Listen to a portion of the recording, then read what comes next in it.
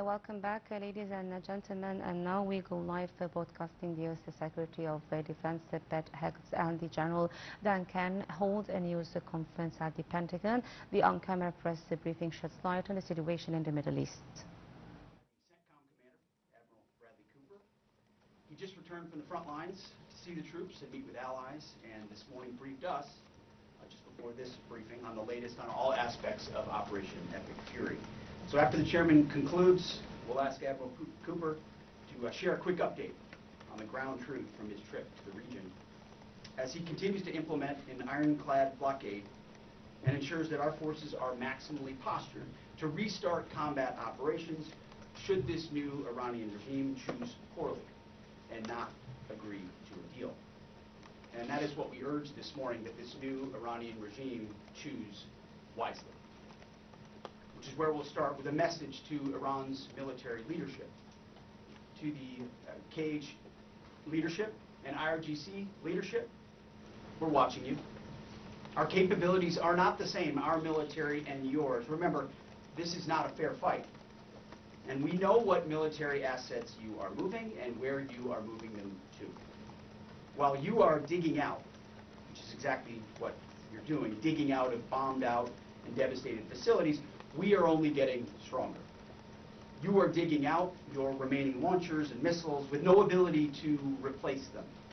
You have no defense industry, no ability to replenish your offensive or defensive capabilities. You only have what you have. You know that, and we know that.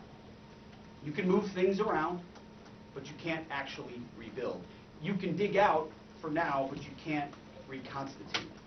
But we can. We are reloading with more power than ever before, and better intelligence, even more importantly, better intelligence than ever before, as you expose yourself with your movement to our watchful eye. We are locked and loaded on your critical dual-use infrastructure, on your remaining power generation, and on your energy industry. We'd rather not have to do it, but we're ready to go at the command of our president and at the push of a button. This blockade, which the chairman will detail this morning, is the polite way that this can go. Your energy is not moving and will not move, and we can do this all day. But it's not destroyed yet. Your energy industry is not destroyed yet.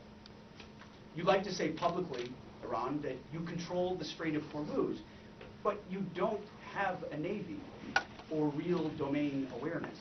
You can't control anything. To be clear, threatening to shoot missiles and drones at ships, commercial ships that are lawfully transiting international waters, that is not control. That's piracy. That's terrorism. The United States Navy controls the traffic going in and out of the strait because we have real assets and real capabilities. And we're doing this blockade, performing it with less than 10% of America's naval power.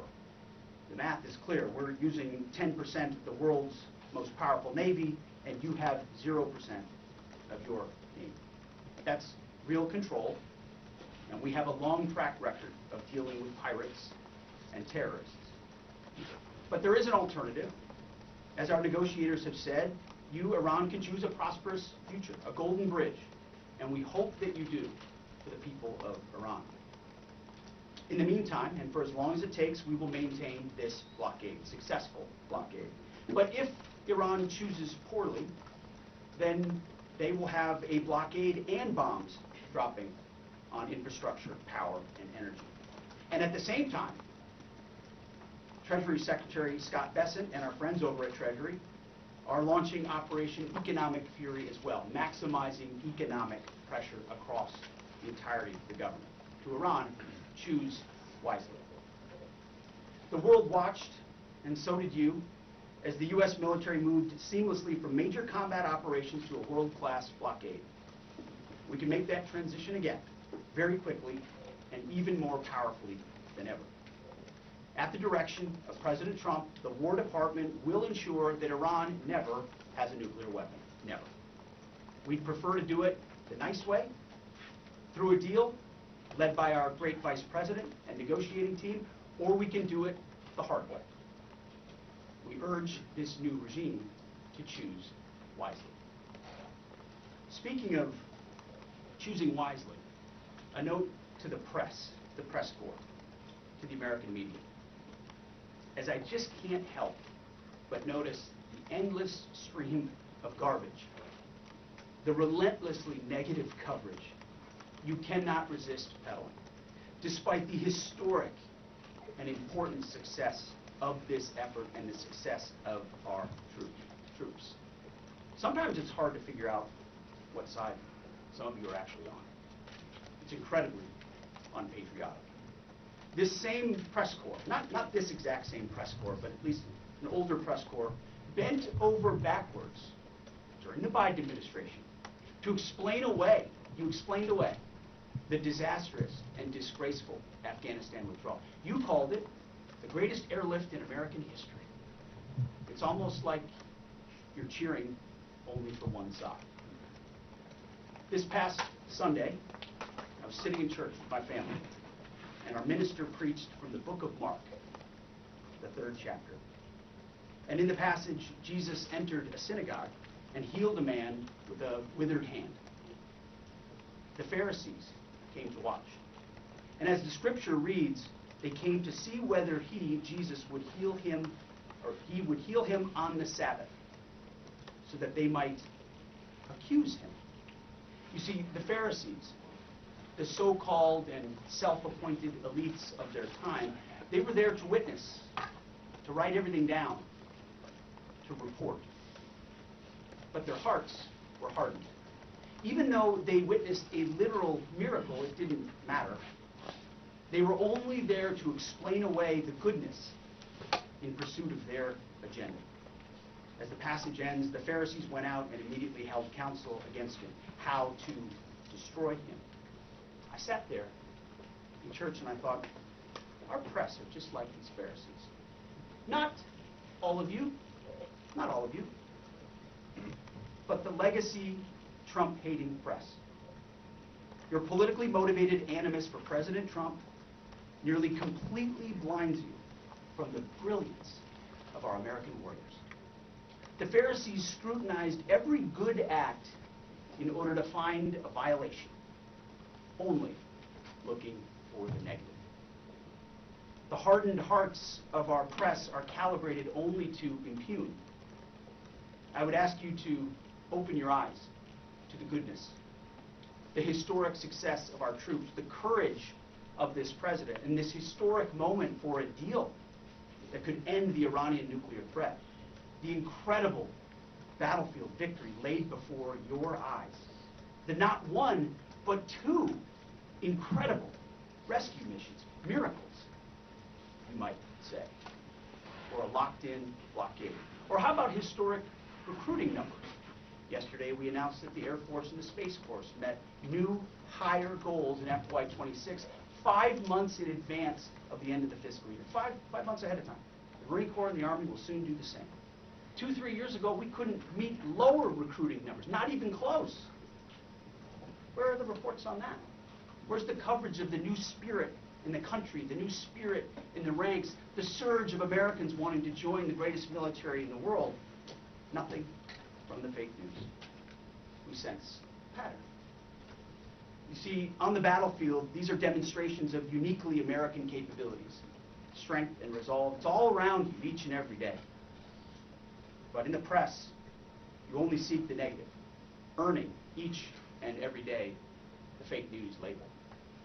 But the American people, with goodness in their hearts, see past the Pharisees in our press. They see the goodness. You watching, you see the goodness. They see the success. They see the reality. And they don't demand perfection, and perfection is not possible on any battlefield. But they see the incredible feats that our troops accomplish every single day. So to those troops, stay focused, block out the noise, stay aggressive. You are showing the world what it means to be an American warrior. You are making this building and the American people proud.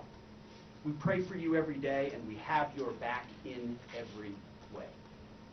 And to Iran, choose wisely. I pray you choose a deal which is within your grasp for the betterment of your people and for the betterment of the world. In the meantime, the War Department is locked and loaded. Mr. Chairman, over to you. Thank you, Mr. Secretary, and good morning, ladies and gentlemen. Thank you for being here today. Last week, the President of the United States directed a ceasefire that temporarily paused major combat operations in Iran. The unprecedented effort by America's joint force during Operation Epic Fury set the conditions for this ceasefire. And as the Secretary said, I'd like to emphasize during this pause that the United States joint force remains postured and ready to resume major combat operations at literally a moment's notice. This morning, I'd like to give you an update on the ongoing blockade in the CENTCOM AOR area of responsibility. On Monday, 13 April, at 10 a.m. Eastern Standard Time, at the direction of the President, America's joint force began implementing a blockade against Iran under the leadership of Admiral Cooper and the team at CENTCOM. Let me be clear, this blockade applies to all ships, regardless of nationality, heading into or from Iranian ports. The U.S. action is a blockade of Iran's ports and coastline, not a blockade of the Strait of Hormuz. Enforcement will occur inside Iran's territorial seas and in international waters. In addition to this blockade, the joint force, through operations and activities in other areas of responsibility, like the Pacific area of responsibility under the command of Admiral Paparo, will actively pursue any Iranian-flagged vessel or any vessel attempting to provide material support to Iran. This includes dark fleet vessels carrying Iranian oil. As most of you know, dark fleet vessels are those illicit or illegal ships evading international regulations, sanctions, or insurance requirements. More than 10,000 sailors, Marines, and airmen, over a dozen ships and dozens of aircraft are executing this mission. And let me walk you through this operation a little bit. Please go to the first slide. First to the graphic. This is taken before the blockade began. North is up. You can see the blockade line here in the center of the graphic, denoted by the red dashed line. This map is a pull from our common operating picture that we use to allow commanders and key leaders to see what is happening in near real time. We just grabbed screen grabs to highlight the actions and activities. What is not shown is how incredibly congested this area is and the incredible work that our sailors are doing to ensure that they can work in and around an incredibly busy water space. What is also not depicted here is the massive force of fighters, intelligence aircraft, helicopters, and other embarked forces to include aerial refueling tankers that are up overhead this blockade area. You'll note that U.S. forces are in blue, Iranian ships are in red, and as we started this blockade, there were 7 ships of interest that were of concern for U.S. Central Command. Through a variety of intelligence tools and with the assistance of the Office of Naval Intelligence and other intelligence agencies, the force began to hunt for potential interdictors at 10 a.m. Eastern Standard Time. Next slide, please. It's now 12:40 Eastern Daylight Time, 2 hours and 40 minutes into the blockade, as attempted blockade runners attempt to hop the line. U.S. forces began to commit. Out in front of them was a range of intelligence, surveillance, reconnaissance, and tactical assets. And immediately these runners began to see, sense, and feel America's combat power compressing upon them. The lead ship, normally a destroyer as depicted here, along with air power off of the USS Abraham Lincoln Strike Group, began to move towards those ships. At each point, the United States Navy will transmit a warning. A young sailor, normally on the bridge of one of those destroyers, a junior officer, picks up that mic and transmits, and I quote, "Do not attempt to breach the blockade. Vessels will be boarded for interdiction and seizure transiting to or from Iranian ports. Turn around or prepare to be boarded. If you do not comply with this blockade, we will use force." And as this message is being transmitted, as I mentioned earlier, those shipmasters can literally see, sense, and feel the pressure around them. It's a finely tuned machine, rehearsed multiple times, and executed now 13 times since the blockade has begun. Next slide, please. We're now 24 hours plus into the blockade. You can see the turning around of multiple ships, 12 of which stayed inside the blockade line, one of which not depicted, off to the eastern side, turned around before even attempting it.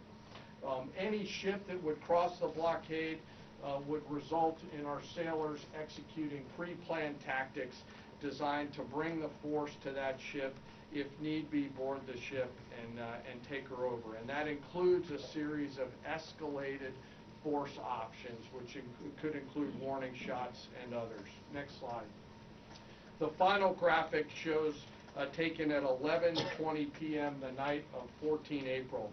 You can see that the captains of all these ships have made the wise decision not to move, transit, or run this blockade. As I mentioned, so far 13 ships have made the wise choice of turning around. And as we continue to hold this blockade at the order of the Secretary and the President, any vessel that compares to comply with our instructions will be dealt with accordingly. As of this morning, U.S. Central Command has not been required to board any particular ships. And I'll remind you that we are also conducting similar maritime interdiction actions and activities in the Pacific AOR against those ships that left that area before we began the blockade. Before I turn it over to Admiral Cooper, I want to talk briefly today about the men and women enforcing the blockade, America's sailors and Marines, and today particularly our destroyer and surface forces. When we talk about an American destroyer, it's important that you and the American people understand their capabilities. An Arleigh Burke-class destroyer are the backbone of the United States Navy surface fleet. Over 500 feet long, they displace 9,000 tons, and it is the sports car of the United States Navy. From the keel to the mast, they stand nearly 10 stories tall, and their 4 gas turbine engines can drive the ship at 30-plus knots. These ships are armed to the teeth with surface-to-air missiles, land attack cruise missiles, anti-ship missiles, anti-submarine rockets, torpedoes, 5-inch naval guns, multiple electronic warfare systems, embarked helicopters, extending the reach and capability of each and every one of these destroyers. But far and away, the most important weapon on board these ships is the American sailor. Over 300 warfighters are the heart and soul of these warships. At sea, sometimes for months, and these ships out in the CENTCOM AOR have been out there for months. They operate around the clock in a constant state of readiness, always delivering for our joint force. It's hot in the engine room. The engineering team keeps the lights on and the ship powered and able to respond to the orders from the bridge. On that bridge, our sailors maintain a constant watch, maneuvering the ship tactically and safely through always congested water space. And there is a lot out there. It is like driving a sports car through a supermarket parking lot on a payday weekend with thousands of kids in that parking lot as you attempt to maneuver through there to get to that ship that would attempt to run that blockade. Down in the Combat Information Center, the CIC, the Tactical Warfare Center of the ship, that is where the decisions are made. As threats appear, these young sailors are making real-time decisions on how to identify these threats and handle them, and they always deliver. These ships are run by the youngest sailors in our surface warfare Navy. The helmsman, the sailor on the watch at the bridge, is normally just between 18 to 19 years old, and they are trusted to drive this warship through that supermarket parking lot without hitting anything. The conning officer, an equally young commissioned officer who's normally just a few years out of college, is the ones that are giving that young helmsman the orders on where to take that American warship to execute the mission that the Secretary and the President has given us. These are incredibly well-trained sailors. They are led by incredible leaders, salty, experienced leaders, and trusted with deep responsibility. And I'm so humbled and proud of America's Navy. These sailors choose to take the road less traveled to go into the historic surface Navy, and they deliver every single day. Finally, as I often do, I want to highlight one of those surface sailors today and remember our fallen. Today we remember Ensign Robert Thompson of the U.S. Lappy, who died on this day in 1945 in the Battle of Okinawa.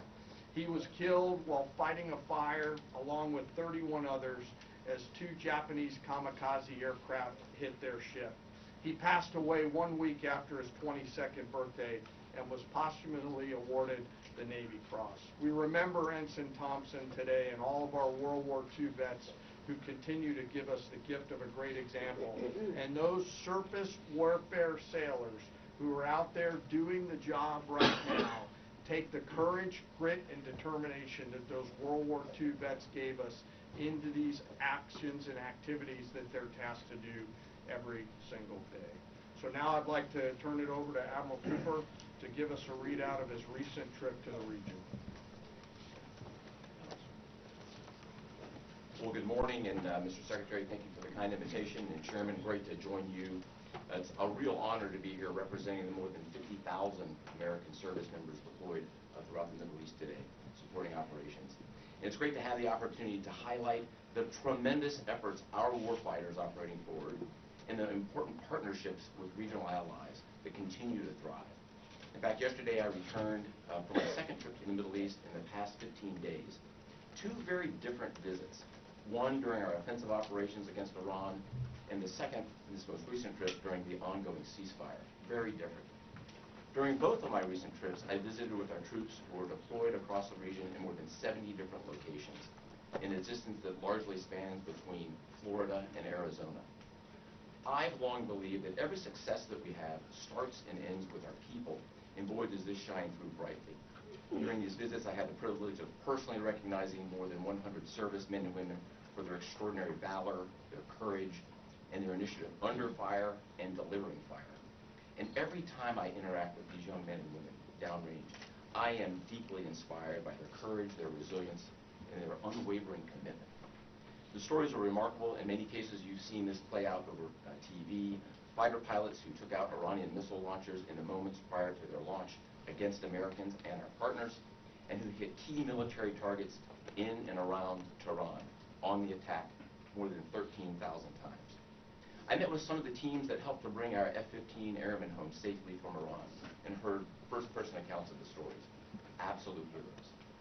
I spent time with our troops who are employing cutting-edge tactics and technology for the first time in warfare. I won't be able to talk about what those are, but these young men and women are breaking new ground. It's incredibly inspiring. I met with teams who launched our own one-way attack drones into Iran. These were originally Iranian-designed drones. We brought them back to America, took the guts out, put a made American stamp on them, and fired them right back to Iran. Very effective. I met with teams who are employing AI every single day to help us sift through vast amounts of information to help us make decisions faster. And importantly, humans are always in the loop in this process. I met with our Space Force teams and our cyber specialists, whose work cannot be discussed, but who serve with indispensable impact. I met with our logisticians and sustainers all over the region, There is just no military that executes logistics like the U.S. military.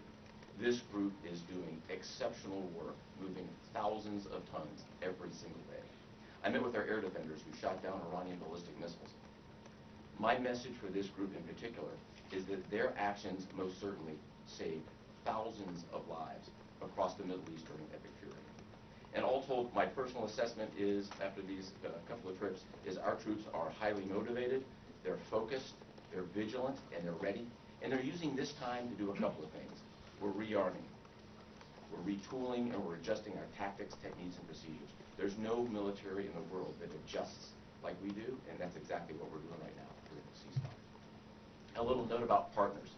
My discussion with regional allies and partners, both at the senior civilian level and the senior military level, reinforced our shared commitment to regional security. But beyond that, having now fought together, side by side, I assess that our military partnerships are stronger than ever as we continue to maintain a very active defense posture across the region during this ceasefire. And that posture stretches across the entire Arabian Peninsula, and it runs from northern Iraq all the way down into the northern Arabian Gulf. In creating the largest air defense umbrella in the world across the Middle East, we embedded specially trained U.S. military air defenders alongside our partner nation soldiers, side by side, literally side by side. And to give you a sense of their contribution and impact, the King and Crown Prince of Bahrain both personally knew our soldiers by name. These leaders expressed appreciation for our service member who continue to stand shoulder to shoulder with our partners in support of regional defense. And this is a sentiment that is widely shared across every Gulf ally. I heard this message over and over again, which is, we stand with you. As the Secretary and the Chairman have said, Bahrain, UAE, Saudi Arabia, Qatar, Kuwait, and Jordan have been exceptional teammates. I had a chance to meet with both their senior leadership as well as their troops. Boy, equally inspiring and equally committed to mutual defense. They defended Americans and they defended their own country. It was inspiring. And there's been no better teammate than Israel. Together, the four best air forces in the world, the Israeli Air Force, the U.S. Air Force, and the air forces of the U.S. Navy and U.S. Marine Corps, together met and exceeded our own military objectives over and over again. Twice in the past 2 weeks, I've met with the Israeli Chief of Defense to ensure that we remain closely aligned, and we do. And then finally, let me just close by saluting the brave men and women who are in uniform and who continue to answer the call with unrivaled lethality, great teamwork, and resolve. We've asked them to stay ready during this period, and that's exactly what they're doing. I couldn't be prouder, and I know that you and the American people are sharing that same fight. Thank you so much. We'll take a few questions. Thank you. Alexandra Ingersoll, One American News. How is the Iranians' decimated command and control affecting the ceasefire at this juncture? Ergo, how are we enforcing a ceasefire with an enemy who has virtually no command and control? And then one other question about the Houthis being, have the Houthis been an issue in the Straits of Hormuz and the Bab al-Mandab Strait at the Red Sea, or are we tracking that militarily? Appreciate that. On the ceasefire front, it's right. Their command and control capabilities are highly degraded, so their ability to talk, see, sense is at the worst it's ever been. But their motivation to want to stay in the ceasefire is very high because they understand that a violation of that ceasefire means a commencement, once again, of Admiral Cooper's forces, which went very poorly for them. So they have a high incentive to maintain that ceasefire, even though they can't talk and organize as well as they'd like to. And as far as the Houthis, thus far, they have stayed out of it, which, of course, we think is a good decision by them, and I think is a reflection of the fact that over a year ago, in Operation Rough Rider, we had an ongoing and intense campaign that demonstrated American capabilities, which has them hesitating to want to do something on that strait, which I think would be a poor choice. Good morning, Mr. Secretary, gentlemen. David Zier, Real America's Voice. As commercial shipping ramps up, you know, there was 130 ships a day going through that. As that happens, ships have to anchor up, right, and wait, pass through the narrow strait.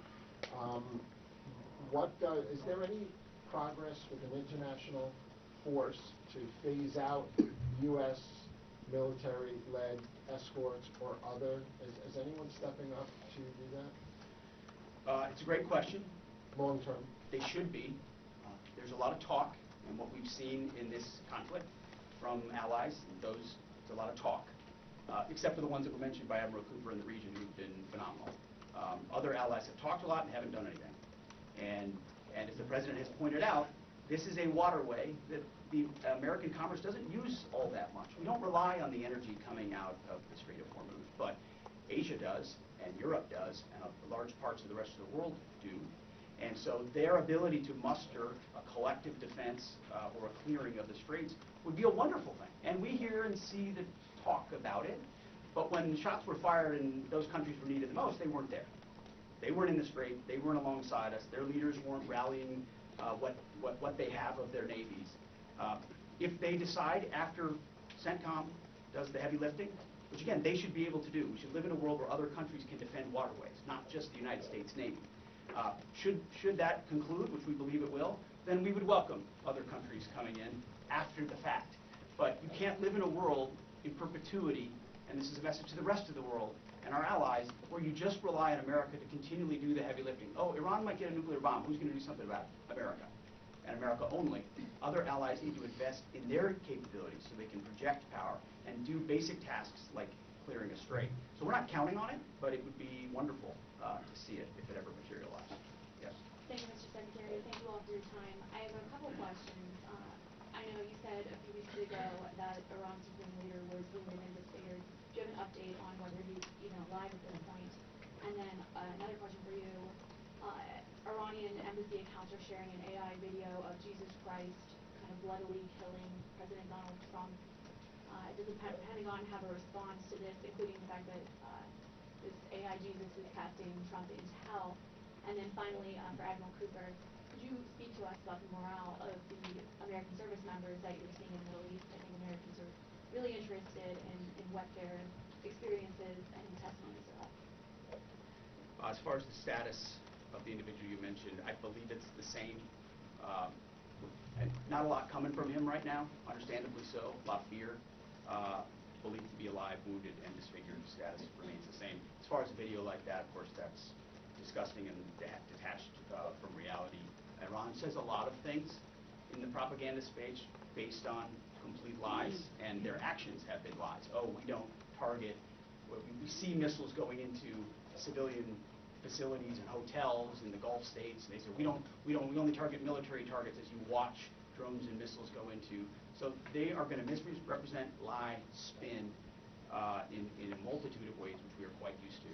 Ultimately, they need to come to the table and make a deal. And I'll hand it over to Admiral Cooper, please. Yeah, I would just reiterate my previous comment. Morale is very high. And anyone in the military can take about 2 seconds to figure out what morale looks like by meeting around with the people. And it is crystal clear. These are motivated young men and women. I had a wonderful privilege of writing a letter early on in the operation to the team forward. And I told them this was going to be a mission of extreme consequence. And serving at a time where you are making a difference, consequential, as the Secretary and Chairman described over and over again, is incredibly and deeply meaningful. And I think that's the key part of Drive, as well as being great teammates across the board. It's a privilege to watch. Jerry. Thank you. Jerry W. with Just News. I have a couple of questions. First is some critics of the Trump administration policy, including former NCTC Director Joe Kent, had attempted to claim that the Trump administration's policy of zero enrichment for the Iranians is not actually President Trump's policy, but was foisted on him by the Israelis. Looking back, doing a bit of a refresher for myself, I saw that zero enrichment was the Trump State Department's policy the first admin. Let me just stop for a second. As someone who, unlike the individual you referenced, is in the presence of the President nearly every day and has been inside every single key meeting that has happened surrounding the idea of Operation Epic Fury, not a single thing has been foisted upon the President of the United States. President Trump makes his own decisions about the interests of this country and defending our interests, and then working with allies and partners, in this case, Israel, who's got a lot of will and a lot of capabilities, which we're grateful for. Nothing gets foisted on President Trump. So those people who are not in those meetings who like to say things about that are just flat wrong. I have a quick one for Admiral Cooper. Sure. Okay. Thank you, sir, and thank you for being here. So during Operation Epic Fury, 13 U.S. service members have lost their lives. Some of them in an apparent aircraft were fueling accident, and some of them from Iranian strikes, including a drone strike. I was wondering if you could share a little bit with us about how those Iranian strikes were able to be successful, and what lessons you've learned, and how you're applying those lessons in the future to make sure that we're able to defend a little bit better against that. Sure, really broad question, but first, we will always honor the fallen, and the 13 who lost their lives really helped steel the resolve and congeal the motivation of the forces that are perturbed. I met many people who knew the fallen personally. I met many who were reported as wounded and are back. 90% of those who've been wounded have been back to do. It gives you a sense of purpose and motivation. We have collected dozens, if not hundreds, of lessons learned. And as we sit here right now, the Joint Force across the board is taking them and very tactically applying them right now, right here, right now. If I think about a football analogy, if it's halftime or between the third and fourth quarter, great teams are always adjusting. And we are certainly a great team, and that's what we're doing right now, taking the lessons and applying them in the boy. What those are, I'm not going to talk about. I'll say they extend also outside of CENTCOM and across the rest of the Joint Force. We are a learning organization, so adversaries around the world should recognize that and be aware of that.